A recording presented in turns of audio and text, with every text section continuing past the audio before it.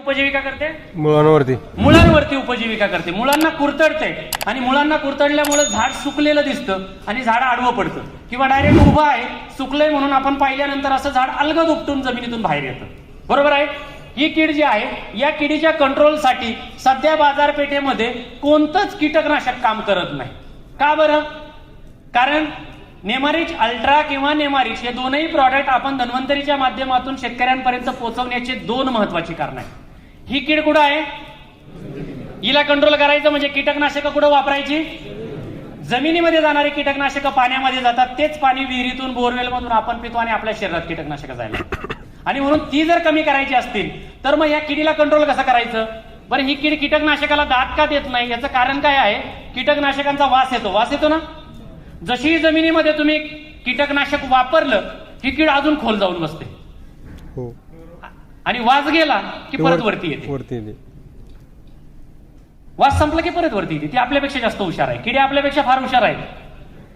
किडे माणसापेक्षा जास्त हुशार आहेत, लक्षात घ्या. आपल्याला वाटत असेल आपला ब्रेन फार आहे, असं नाही. निसर्गामध्ये प्रत्येकाचं वेगळं आहे. किडे प्रचंड हुशार आहेत. वास आला की ते खाली गेले, वास संपला की परत वरती येऊन मुळं कुरतडायला सुरुवात करतात. त्यामुळे शेतकरी 2-2, 3-3, 4-4 वेळा कीटकनाशक वापरतो तरी ही कीड आटोक्यात येत नाही. मग त्याच्यामुळे आपल्या नेमारिच अल्ट्रा काय आहे? तर आपल्या नेमारिच अल्ट्रामध्ये या किडीला मारणारी बुरशी दिलेली आहे. बुरशीला वासच नाही. त्याच्यामुळे शत्रू आता इथं बसलेले आहेत 800 लोक आहेत. बरोबर आहे का नाही? 800 लोक आहेत ना. आपल्या शेजारी पाजारी कुणाला कोरोना झालाय माहिती आहे का? नाही. कळेल 4 दिवसांनी. घाबरू नका, सगळे सेफ आहेत. परंतु 4 दिवसांनी कळेल ना.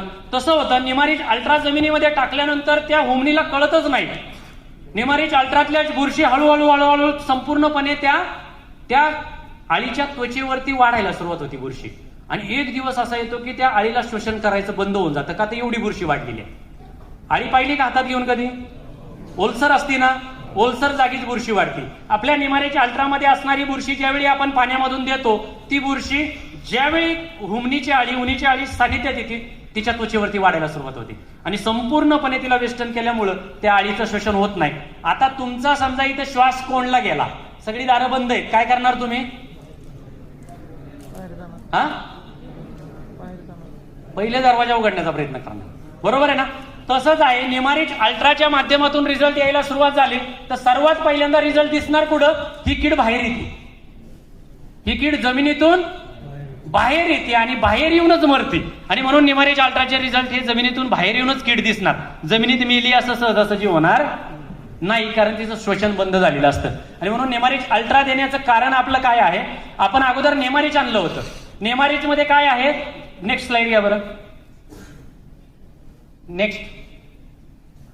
सर्वात महत्वाचं, ही ज्या किडीची काय जीवनचक्र आहे ना, इथून चालू होतं आणि तिकडे भुंगेऱ्यापाशी जाऊन थांबतो. आता होतं काय की ह्या किडीचं एक जीवनचक्रामध्ये तिचा एक गुण आहे किंवा तिला ते वातावरण लागतं मिलनासाठी. ते वातावरण कोणतं आहे? पाऊस पडल्यानंतरची संध्याकाळ. ह्या किडीला कोणतं वातावरण लागतं? नर आणि मादी पतंग भुंगेरे मिलनासाठी कधी येतात? पाऊस पडल्यानंतरची संध्याकाळ. त्यातल्या त्यात कोणता पाऊस? तो वळवाचा पाऊस. हॅलो, कधी पडतो वळीव? मी तुम्हाला सांगितलं ना, भूगोल बदललाय. आता वर्षातून किमान 5 वेळा वळीव पडतोय. सीझन बदललेला आहे पावसाचं.